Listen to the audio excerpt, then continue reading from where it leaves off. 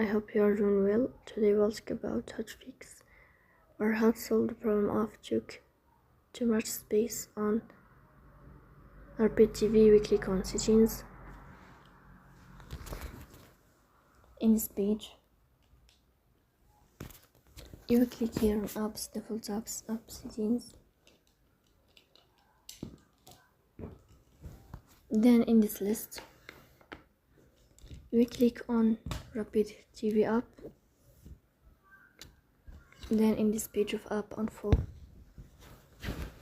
you click on first stop and you will click OK. Here we go to storage.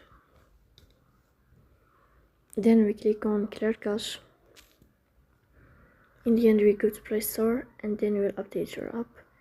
So please don't forget to support us by like and subscribe. See you next time.